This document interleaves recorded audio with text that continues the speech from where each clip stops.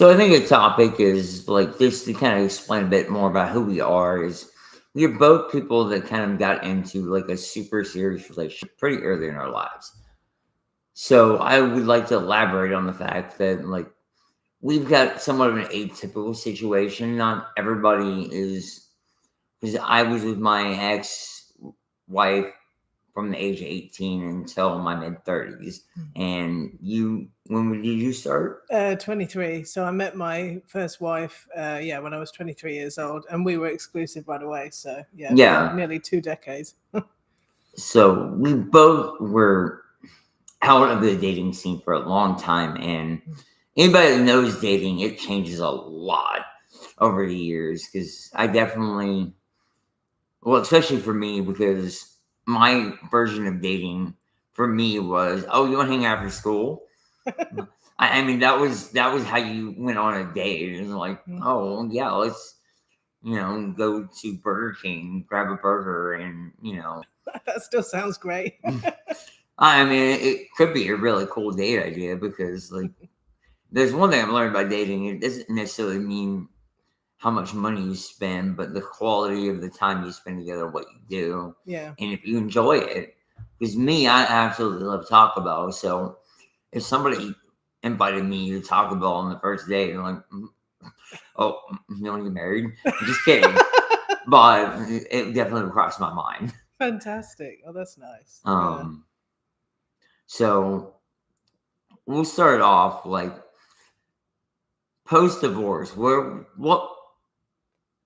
went through your mind, and then what was it like trying to get back out into the dating world for you? That's a great question.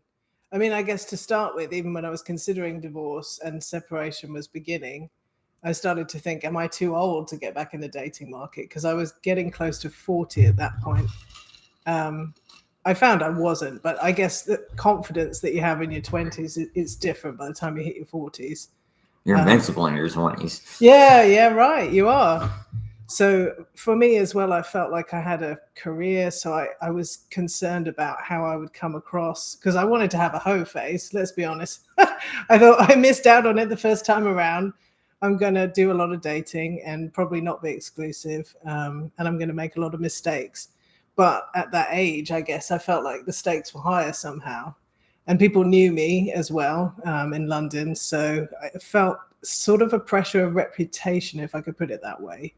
And most of the people I knew were co-workers, someone I'd worked with before. So yeah, I got back into dating. I think probably a good turning point was when I realized that there are groups for people who want to do dating. So I went to quite a posh, there's like a group of professional and quite successful lesbians who meet in London, and they do like dinners and stuff. Yeah. And that was really nice. That was a good way for me to get my feet wet because you would dress up, you would go to like quite a classy venue. So already it was not feeling too, I don't know, it felt appropriate. And I met a few people that way. But then I had to kind of overcome all of this baggage in my mind because some of them were a lot younger. Some of them were in their 20s. And I was not. But then there were women right up to like 50s and 60s. So it was okay. And then, I guess I thought, well, I've always had a type, so maybe I want to get out of that, just be a bit more, not less discerning. Still look for good quality potential partners, but maybe just widen out the field. Yeah. Yeah. So that was a lot of fun. And then dating apps are way better. Because funnily enough, I met my first wife through the internet, which was kind of unusual way back then. There was just a couple of dating sites. What year was that, just out of curiosity? Gosh, it must have been like around about 2000 maybe. Yeah. Now I feel really old. And the apps then age were is not just good. a number. Thank you. I mean, it wasn't even apps. It was literally websites, and you would receive email. Yeah. You check like you had a message or a match.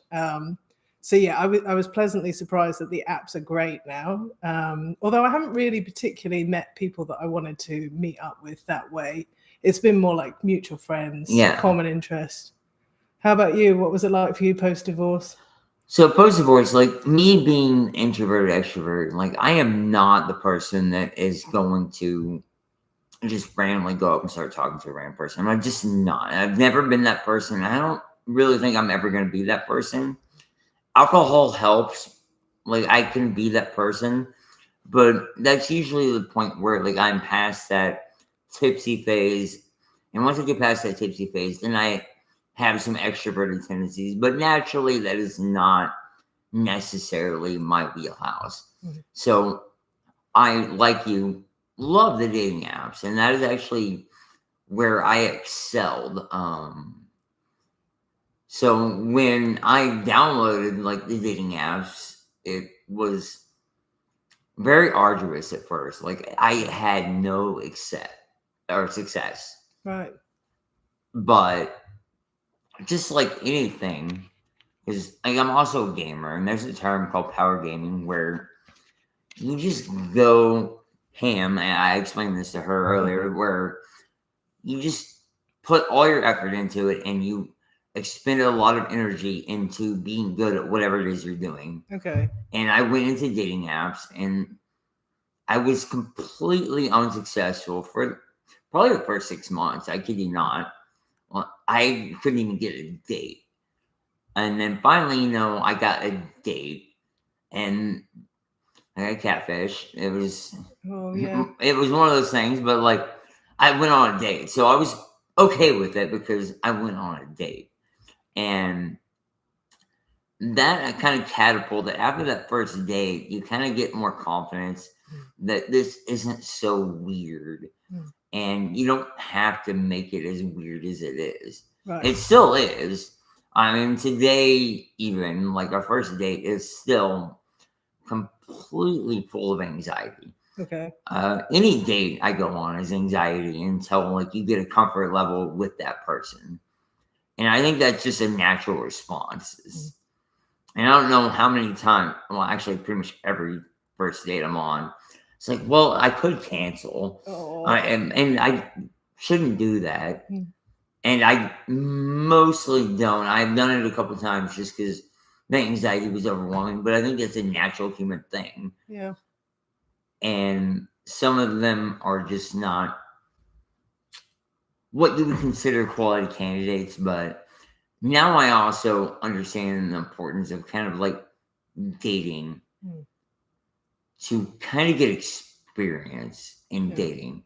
Because sometimes I don't think I've had a date that I didn't learn something from. Right. And I think if you're dating, I think you do need to take away something positive from every date you go on, even if they're awful. Like, we've all had awful dates. I don't know anybody that hasn't had just a torrentially awful, grotesque date. I don't know anybody, and I'm confident in that statement. But right, you can learn a lot, and you can kind of see where it failed and what happened, and then where you can grow, and you can kind of have boundaries for yourself that, like, I don't even need to talk to you because I already know. Yeah. But interesting. Yeah. I definitely felt like going into the dating world, having only slept with my ex-wife, going into that first relationship was definitely really awkward and really hard because I felt inexperienced, for lack of any other thing. Never been with anybody else. I have one person to base everything off of. And come to find out, like, we're not good matches at all. So all the things that would be great for my ex-wife were not great for the partner I was looking for. Right. So going through several partners post-divorce was very important to me, mostly to know what I wanted. The more you date, the more you kind of realize, and dating diversely is important if you're still trying to figure out who you are. I think once you figure out who you are, then you can kind of weed out those people that aren't. But at first, you kind of just got to do some discovery about yourself. Yeah, that's true. I would agree with that, because I think a few people had this advice for me post-divorce, which was You need to take some time, don't date, be single, and learn who you are and what you're looking for. And I actually found that the reverse was true. I couldn't work out what my type was or what I was looking for until I got out there and was getting some experience. And then, like you say, you learn every time. Sometimes you come across somebody and you think, okay, that's actually not what I'm looking for. Or they might give you feedback as well. I like to grow in that way. I think relationships can be quite a school for development as well. Most certainly. Well, and somebody else being there to kind of highlight your flaws is not necessarily a bad thing. Constructive criticism is a great tool. Yeah, I agree. And I don't think I've had terrible dates. I don't really have a horror story. I mentioned before there was one where the poor girl was so nervous she couldn't say anything to me. So that's about the worst. I don't think I've ever sat on a date really feeling that sounds awesome to me.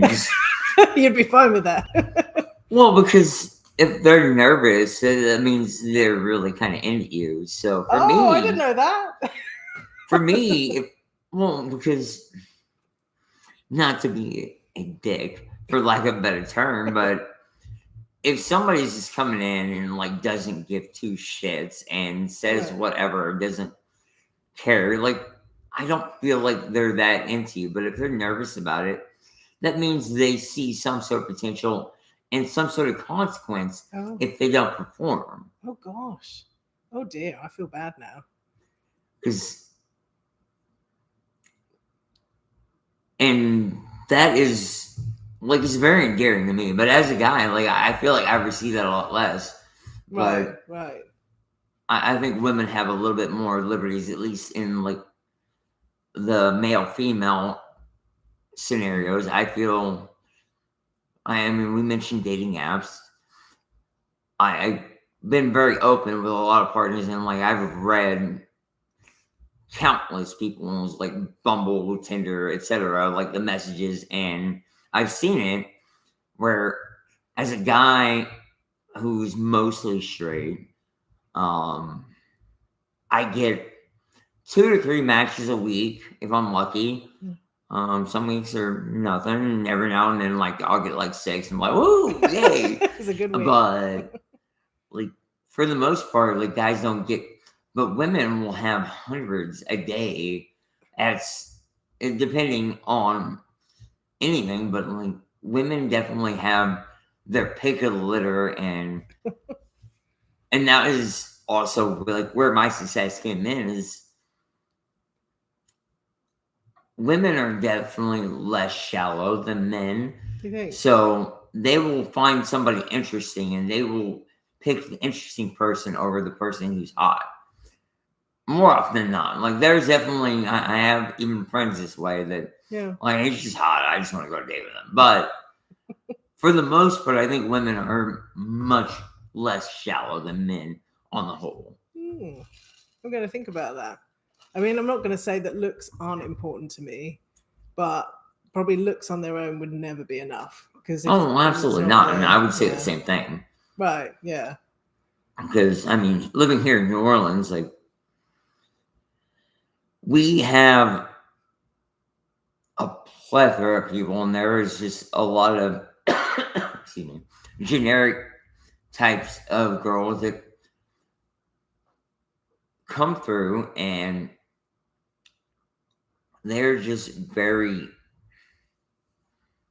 boring. I have no other way to say it. Right. They're just very boring. Everything is set into this mold of this is this, and it's just, they have no personality. Oh, right. And for me, like, I dated those, but that was also during my exploration phase. Yeah. Where I needed to see what it was I wanted. And I honestly could not go home at the end of the day and talk to somebody that is just generic. Oh, yeah, I went to work. I got my Starbucks on the way to work. And then after that, I talked to Enrique in accounting, and we talked about numbers from, give me some real, like, tell me something that happened. Like, I would much rather you come home and be like, me and Enrique and Enrique got into it. He was talking about numbers, and I told him I wouldn't have no part of that. I'm like, okay, now I'm on the edge of my seat. Like, I'm happy. I want to hear about your day now. Right. I don't want to hear about, oh, I had a bagel for lunch. I'm sorry. It's just boring. Like, it's just not conversation for me. Yeah. So maybe it's intelligence is what you're looking for, or? Oh, most certainly. I've definitely learned that my type is probably smarter than I am. Right.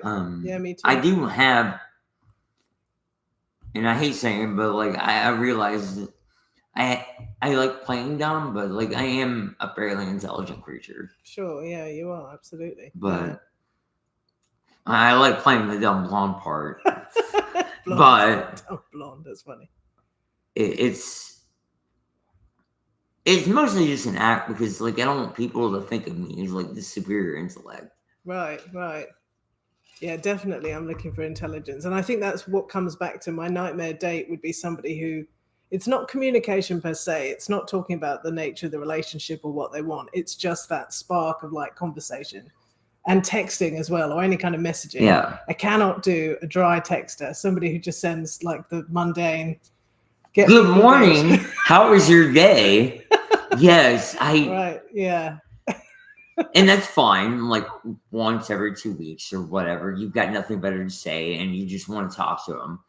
Yeah. But when you send that same text message 2 weeks in a row, yes, that is very boring. It gets suspicious, I think. Well, for me, what do you want out of this? Like, give me something to talk to you about. Yeah. Like, if you're gonna say good morning, fine, but follow it up. I'm like, you know what happened to me this morning? Yeah. Like, there's gotta be substance, otherwise, dry conversation is awful for me. And I think that comes, and it might be similar for both of us, that we were married for so long that you have that dry conversation all the time. And really, you just get to, how was your day? Oh, okay. Cool. Yeah. But it seems needless. And I think comfortable silence is cool too.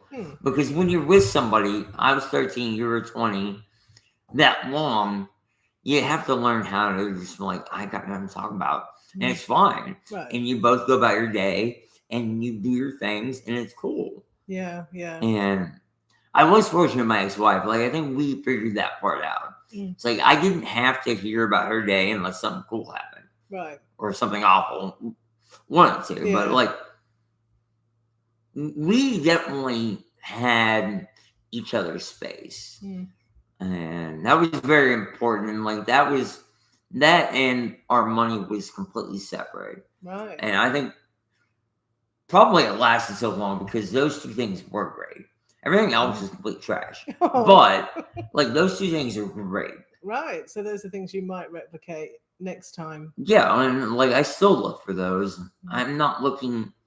I don't think I'll ever join bank accounts with a person. Because we had a joint bank account, but it was our vacation account. Okay. So we put money in it that we had extra and said, hey, we're going on vacation. And I got this money to put in this account. And we contributed both pretty evenly to it. But sometimes she would contribute more, sometimes I would. It just depended on, I had to get something new, cool tech-wise, or she needed these really cute boots. So sometimes, like, it wasn't always even, but I think in the end, that was definitely even, and we definitely contributed our fair share there.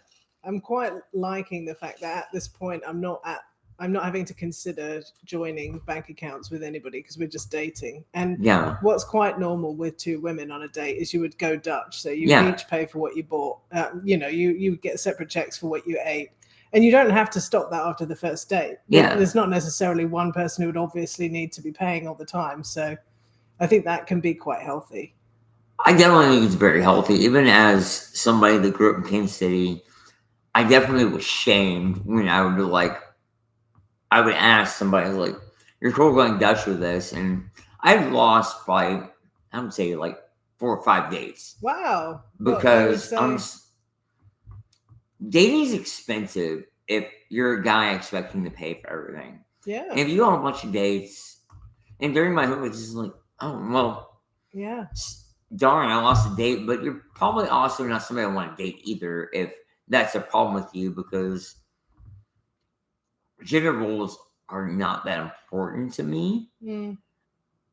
In fact, they're not important at all. I think if you're good at something and you like doing it, I think that's probably something you should do. Yeah. And vice versa. Because, like, I like cooking. I hate doing lawn work. Like, laundry, I don't mind doing it all. In fact, I actually like doing laundry because Yeah. I'm slow about it, but I don't mind doing it. Yeah. Yeah. So there's not really, gender roles are weird because it's society saying that these are the way things are supposed to be. Mm. And for me, it's just, you should do what you're good at. Yeah. And neither are you good at things, and that's when, you have to go into the, like, well, if you do this, I'll do this. Then that's where the compromise comes in. Yeah. Because two people, you're not going to cover all the bases. In the gym relationship, yeah, she's good at these things and I'm good at these things, and they coincide, but reality exists. It does. I'm shocked that so many women, by the sounds of it, think that the guy has to pay. It's definitely more prevalent in Kansas City than it is down here in New Orleans. I can't say I've dated a ton, but I've even had that scenario happen here. I had somebody get really mad at me one night because I wasn't willing to pay for stuff. But gosh, and like, she was cute, but and then like, it was a whole thing, and like, she's probably very used to people paying for stuff for her. Yeah. But she's a bartender down here, and she's pretty, and she's got a Minnesotan accent. Oh, right. And like, cute as button, but yeah, I've kind of been on a dating hiatus, and I kind of upset her because I told her no. That was a hard thing for me to do, but I'm like, no, I'm not dating. Sorry. Yeah. And because I wasn't dating, like, I'm not gonna pay for all your drinks, all your food. I'm like, no. I bought a couple drinks throughout the night, but nothing crazy, and definitely not a majority. Yeah. Because she was super fun. She was interesting, but I saw no future there, and like, I was just enjoying the night, and that was all it was gonna be. Yeah. So if you wind up paying and you do like 5 or 6 different dates with different people, that's a lot of money. Oh yeah. There's a height of my hoe phase, you're going on 3 to 6 dates a week. And you think about that. I need that hoe phase. Eating for 2. Yeah, it could really add up. It adds up quite a bit. At the beginning, before I was like, oh, I can't afford this. Yeah. It would be very easy to spend $400 a week on food. Gosh. Because, 2 people go out, you get drinks. Yeah. And then $60 is pretty cheap, really, on generic dates. Right. And 6 people times 6, that's $360. So gosh, yeah. It's very easy to rack that money up really quick, and you learn that that's not sustainable. Yeah. But the thing I do like when you go Dutch is both of you are invested. Because I've known several people that have just gone on dates to get a free dinner. Wow. And then after the dinner, I'm like, I'm not feeling it. But they got a free dinner. Gosh. I've known some people that way. I think I'd feel quite uncomfortable with letting somebody else pay, particularly if it was like the first date or the first few days. So, yeah, I'm really surprised by that. That's probably my age, because I think when I was first dating, when I was like 23, so it was in the 2000s. Well, maybe it's always different when it's 2 women, but I feel like at that point it was more like a badge of honor that women would say, like, no, I'm not letting anybody pay for me. I have my own money. And, I feel like they would think it's wrong for the guy to pay. Yeah. It sounds like that's completely changed for some people. Oh, well, I don't think that's changed a lot. I think if there's one thing I am envious of a lesbian relationship versus like a straight relationship is you guys don't have the pressure of gender roles. Yeah, that's true. It is not. Well, I thought it was just expected that you pay. I mean, when you're both the same Right. gender, like there's no gender roles No, in it. I mean, you might get some kind of macho, like butch women who would say, I'm going to pay. But even that, I think they can talk about it and say if Yeah. they feel like they can't do that. Well, and that's fine. Like I am 100% like I don't want to knock like the provider because there are definitely people out there that love being the provider and they like providing things. Mm. But what they provide and they're also expecting for what they provide, they get something back in return for what they provide. Mm. I think in the end, a relationship is still somewhat of a, not to be callous, a business transaction. Right. Because you do this in a relationship, I do this in a relationship, and that works really well together. Mm. And that is what causes all that closeness. Right. I'm a very scientific thinker. Like I always put things, even though I'm not a math guy, I still put things into numbers. Right. And that's how I quantify who gives what in a relationship and whether or not it's worth it. Mm. And my main goal is to find somebody that provides more in my life because they're in it than if they weren't in it. Yeah, that's true. I mean, I would love to have, that perfect, Disney relationship where everything is beautiful and you've got all these great, amazing sparks. But reality comes down to is like, you're going to have great moments together. Yeah. I can, anybody that has gotten to girlfriend status, I have had some pretty legendary moments with. Oh, that's nice. But that's usually what gets them the girlfriend status. Like, oh, okay.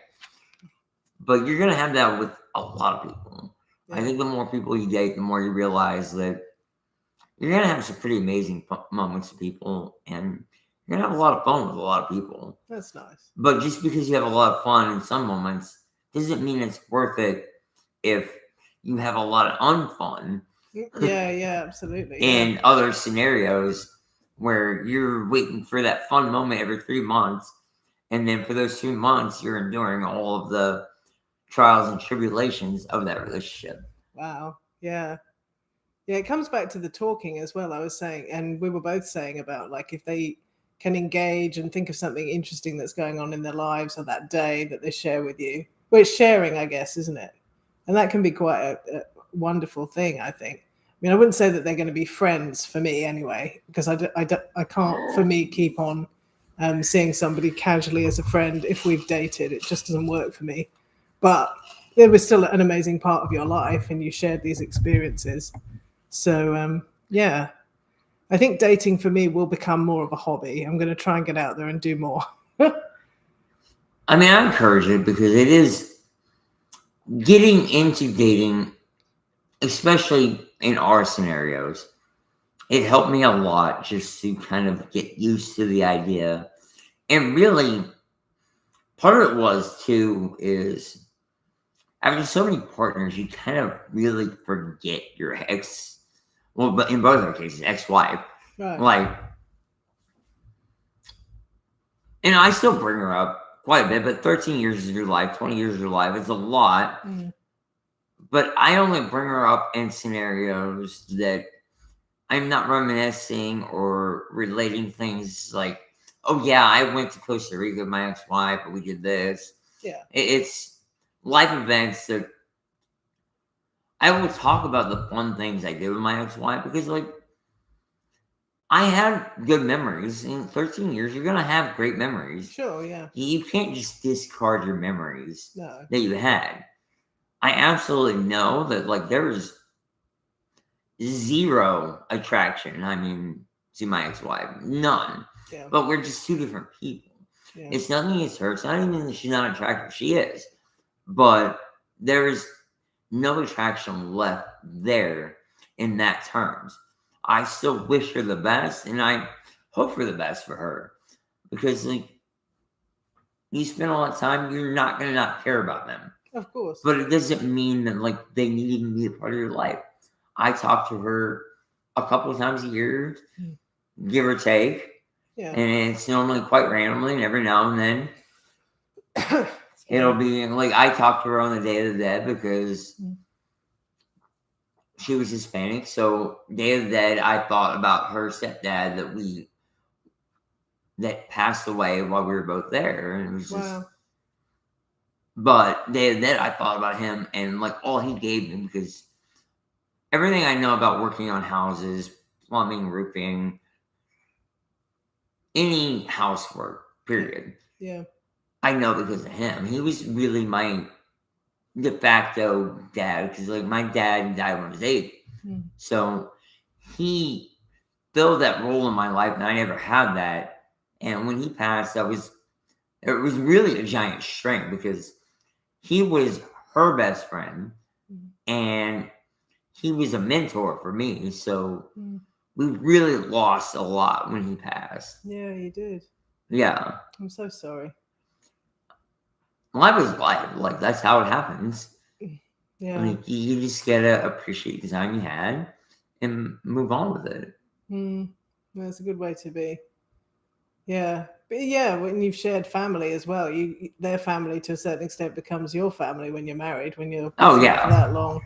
Well, I'm not super close to my family. I feel like there's some fundamental differences, and like I love my family, but sometimes it's like I'm not super close to them because I don't have enough in common with them. Right. Yeah. And I'm just my apple somehow bounced down the hill and ended up on the other side of the river. So it's far from the tree. It's not that I don't love them. It's just I don't have a ton in common with them, and I don't have a lot to talk about. So we're not super close, because not that it's a bad thing, because like I know my mom loves me and I know my mom tries. Yeah. But it's hard when you don't have that in common. Yeah. Because I was probably closer with her family because we hung out. Right. But we could hang out. Right. So you could, like when I hang out with my family, it's for the holidays. Oh gosh. And it's just not the same, because we were just hanging out just to hang out. It was just like random Tuesday. I'm like, yeah, let's go over. We'll have dinner, a few drinks. It'll be fun. That's nice. Yeah. Yeah, if you can't hang out with a group of people, family or not, then yeah, how can you ever build a relationship, I guess? Yeah. And I think it's important in today's society, especially, to realize it's okay to not hang out with your family if you're not feeling it.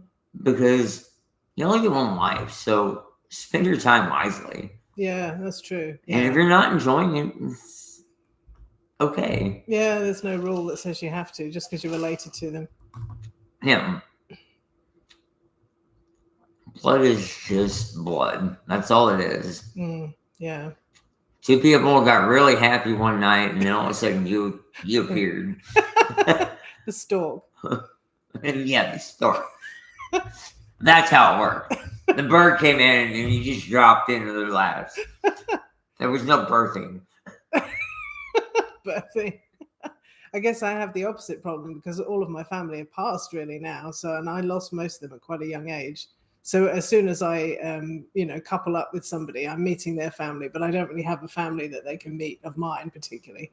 But I have very important friends who I've had for a very long time. So I guess they would meet those people and hang out with them. Yeah, it's interesting. And I guess the thing about dating as well is that you get into all of that stuff, or I know I do. That's one of the questions I'd ask fairly early on the first few dates, like, do you get on with your folks? What was your childhood like? I think it's important. I don't. Oh, you don't? Well, me not being super close with my family, I don't ever really ask the question. Oh, right. And I mean, even it'll be a month in, I won't know anything about the family. And sometimes I feel guilty about it. Normally I end up asking out of guilt. Oh, right. But because I am not, and it not being an important part of my life, Mm.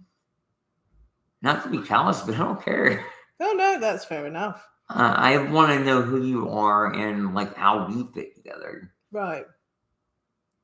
And like I want to know more about you, but your family's not like what I want to know about. Right. I guess the reason I ask is because I want to know a bit more about how they're likely to be in a relationship. Yeah. But you can observe that in other ways, I guess.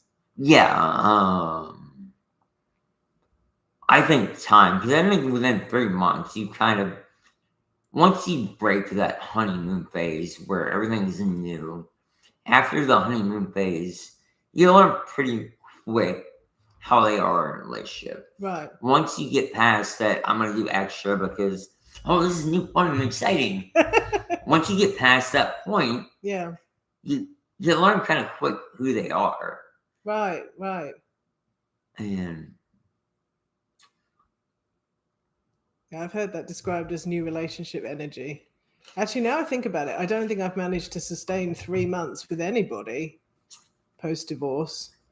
Maybe one person just hit the 3-month mark. So yeah, maybe I haven't really had proper relationships as such. I've just been dating and sex. yeah, and that 3 months, like you definitely kind of, you got to break past that to kind of figure out who people are. Right. I've done it 1, 2, 3, 4 times. Okay. And let's see, 13 in 5 years. Right. But I still haven't broke a year mark with anybody. Mm. But I do. I'm thankful for my ex-wife that if I know it's not going anywhere, I'm okay cutting ties with that. Right. And the only person that like was the breaker was the person that led me to New Orleans, but that was still 9 months. But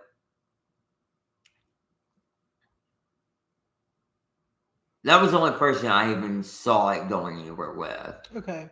And now I look back and I saw it was going nowhere. She was more wise than I, despite being quite a bit younger than me. Okay. But she was wise for it. She just was. Yeah. And well, still is. Right. But I definitely think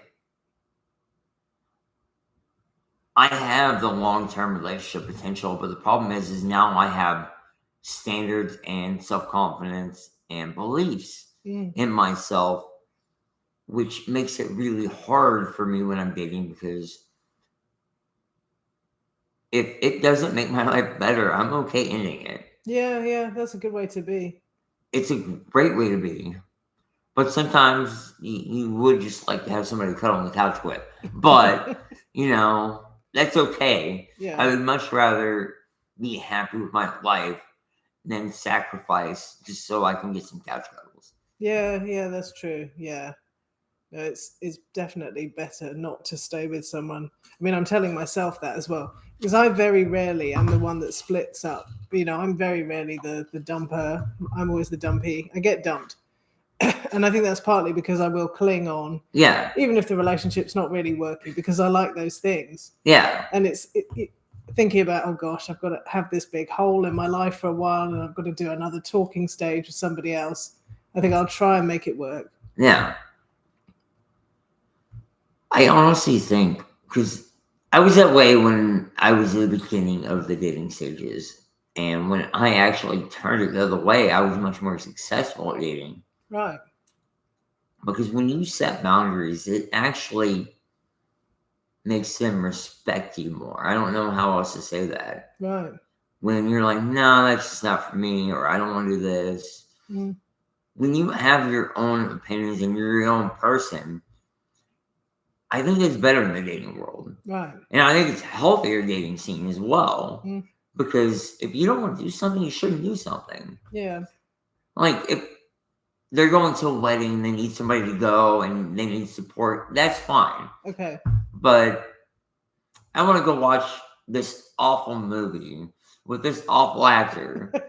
And I want you to go with me. I'm like, that movie sounds terrifyingly bad. I don't want to go. Right.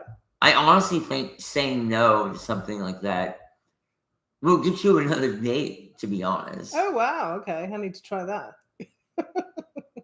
But do it naturally. Yeah. Actually evaluate, does that sound fun? Mm. Because you cannot feign excitement. That's true. Like, yeah. you can pretend, oh, that sounds really cool. Mm. I can tell, even in text, when somebody says that sounds really cool, or, oh my gosh, we should go. Right. Yeah. Your response is different. Mm. And you can fake that if you really want to. Like, you can be super excited about something's awful. But Yeah. I don't advise that, because faking it in a relationship is just terrible. Faking it in all aspects. Oh, yeah. Sexually, too. Absolutely. Don't do that. I've never done that. Tell them they're wrong. But also, I Don't guess fix it.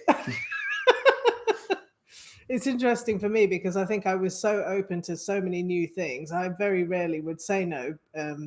Let me back up. I'm not talking about sex now. I'm talking about dates, because I'd got into this groove with my first wife, which was lovely because we knew what each other's preference would be for anything. Yeah. She loved sports, which I didn't. So if she had the football game on the television at home, I'd be sat there doing something else at the same time. Do you say the telly? Just not Telly. to interrupt you, but the telly. Sometimes we say the telly or the Okay. TV. You say TV here. What would you say?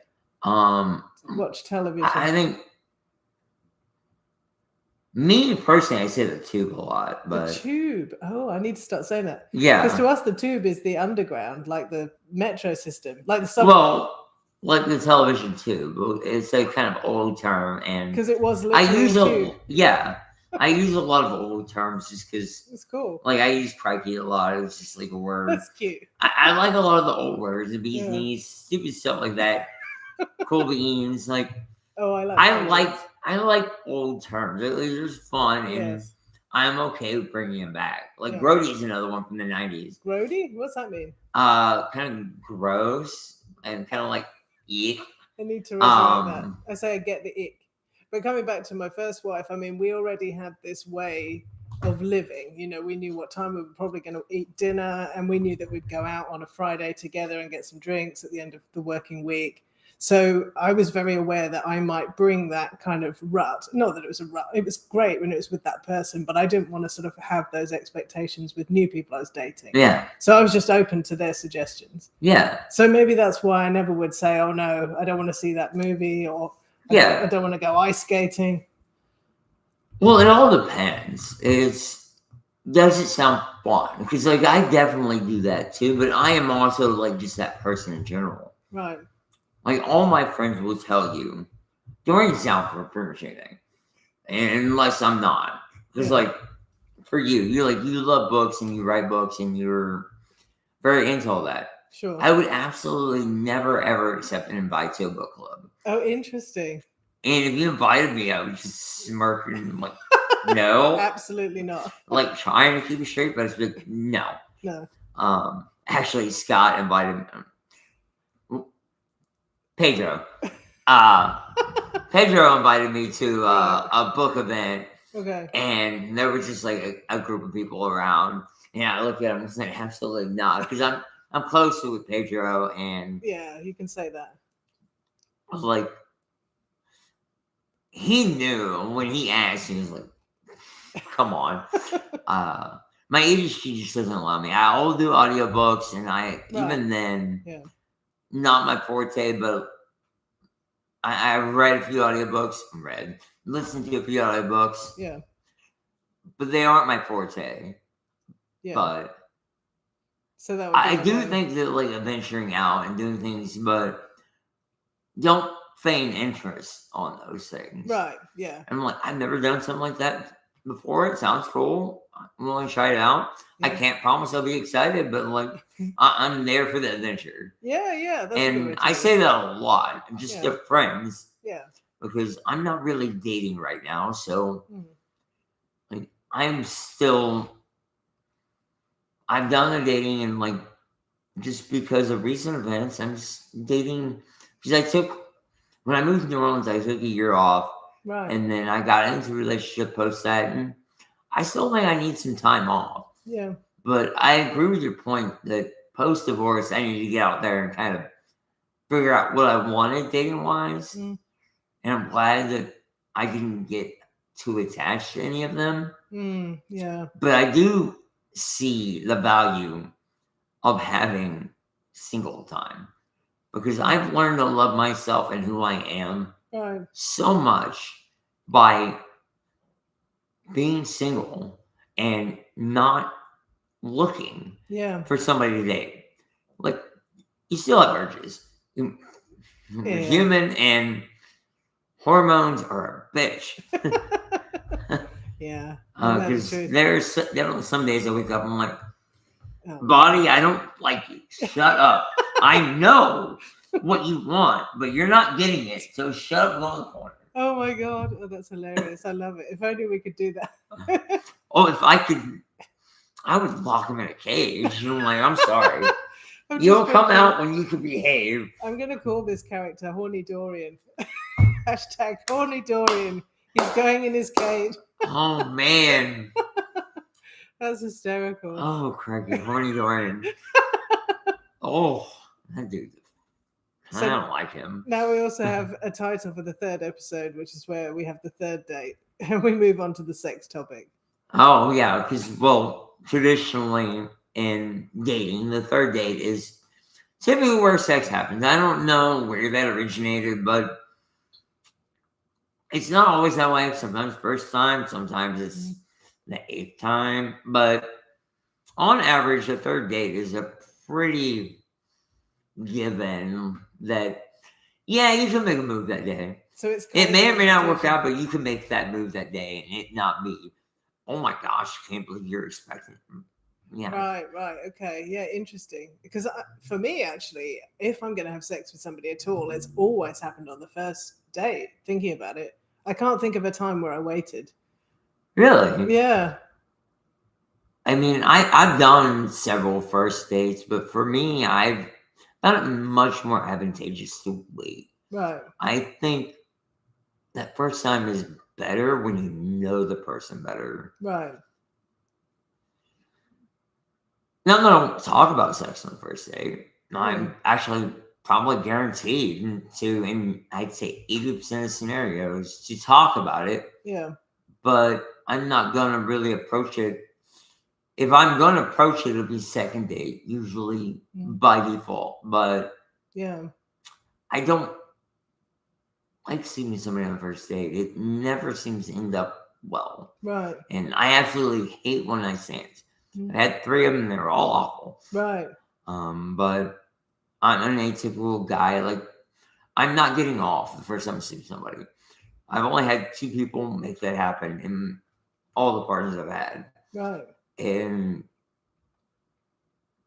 both of them were a lot of effort on their part. And, like, I commend them for the work they put in. And one of them became a girlfriend because, like, you know, I really respect how hard you work for that.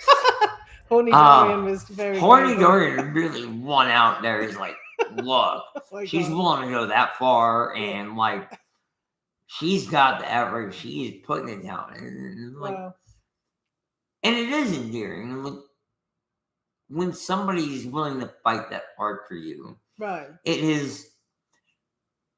Everybody has an ego, and your ego can't get fed much more than that. Then no, this is gonna happen. I don't care. I don't care if it's never happened before. It's gonna happen tonight. Gosh, yeah. And not only saying that, but also accomplishing it. Yeah, yeah. Because there are a lot of people that will say they can do a lot of things, but won't accomplish a goal. Right.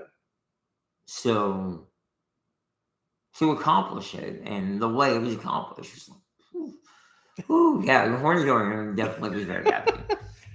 Well, maybe I'm doing a lot more screening and filtering then of people, because it doesn't seem to make sense that I would only ever go on dates with people who, you know, there's mutual attraction and we wind up in bed that first night. But that is what's happened like 9 times. Now I think about it.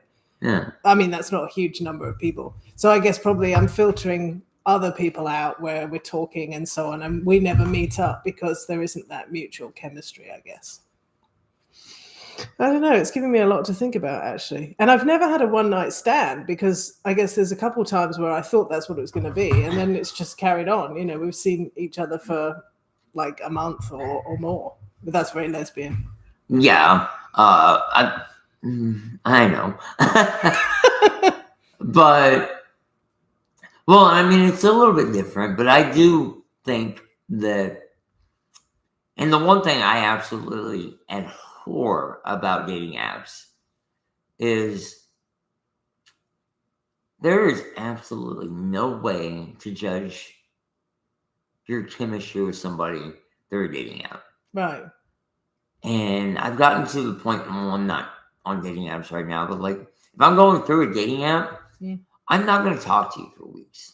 Right.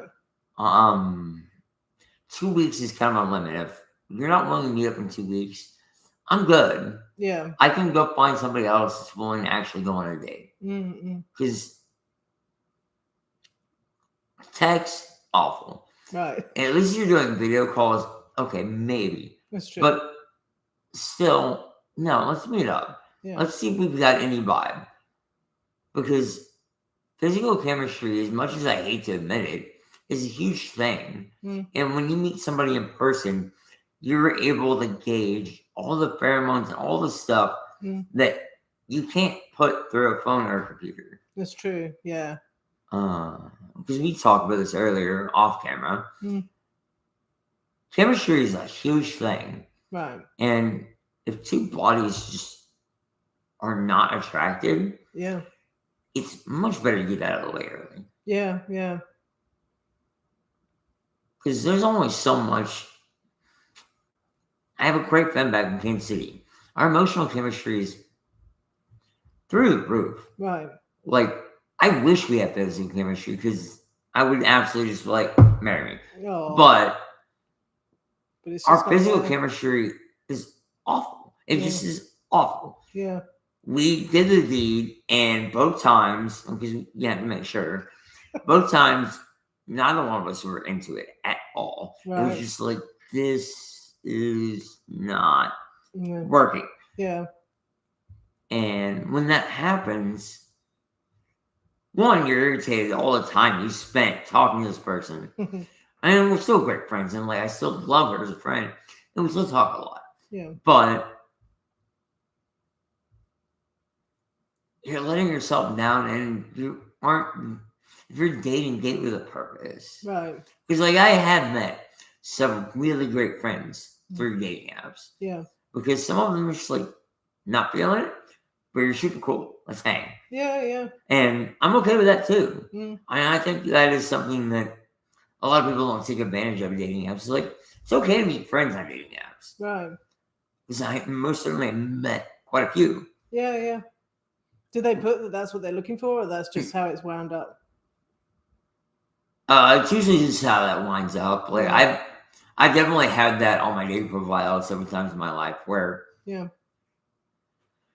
not really looking to date, but friends sound fun and you get hooked on that whole dating app thing. It's just fun to talk to people, and then you go out and then you just do hang out. Yeah. The problem is you put that in your dating profile, it ends up ending more than that anyways. Oh, really? Yeah, I don't know how many times I put that on my dating profile, and then like I am taking somebody home 3 days later. I'm like, that was not my intention. So is that a turn on then? Like saying no? If you say, oh, let's just be friends, that maybe some women see that as a challenge. I cannot confirm or deny, but it definitely has. It is hit in that area before. Okay. Several times. Yeah, yeah. Interesting. I don't think that would work with women, or I could be wrong. I think if I don't know. I think it would absolutely work in a lesbian relationship too. Yeah. I wonder. I'm just knowing enough lesbians that are like, yeah, because we mentioned earlier about women will say one thing on one another. I'm gonna have to learn this. I didn't realize that. which is shocking to me. I feel like you should be well versed in that subject because you are Apparently not. one. Right. But Yeah. No, I tend to say, no, I always say what I want. And if I was saying I didn't want something, it would be because I didn't. yeah, That's so interesting. because me, I definitely noticed that. Not paradigm. Is it like reverse psychology, or are they aware that's what they want and they're saying they don't to hope to change? I think minds? it's more a power move, more right. that they want you to have the idea, so you are the one that is conspirating this. You know, it Okay. wasn't their idea, but they gave up to give you something because of this. Right. And It's complicated. welcome to dating. Oh my god. I need to watch out for this. So if a woman is saying she doesn't want something, it may be that she wants me to say, well, I would like this. And then when she goes, oh fine, she secretly did want this, but she's letting me feel like I got what I wanted. So then after that, she has more power. Yeah. That's how it works? Uh-huh. Wow. How have I got this far and not known that? Well, welcome to dating. You know, like dating is Thank you. complicated. Right. And the only reason I know any of this is like I've been in those scenarios. Yeah. And I'm not saying everybody's that way. Not everybody has that, but I've had those scenarios play out. And honestly, I would appreciate your approach better. And I think if you're not in your hope phase, I think your tactics are way better. You think just being upfront? Oh yeah, I am very much about being upfront, Right. to the point where I don't care that I scare people off, but I will totally scare somebody off, like out of the gate. Right. But I don't care either. I'm like, if I'm scaring them off, that's fine. But also, by being that blatantly honest up front, I get a lot of people coming in the door too. Interesting. I'm like, yes, I'm scaring these 3 off, but 3 more walking through the door because they're like, right. No, that's exactly what I'm looking for. Yeah, yeah. But being in the non-dating area right now, it kills me when people walk in the door. I'm like, sorry, we're closed for business. we're closed. Yeah. Shoo. Oh man, you're so pretty. Shoo. Oh, bless you. Oh. Let's pause. Okay. Pee. Oh, bless you. Oh, great. He's still recording that.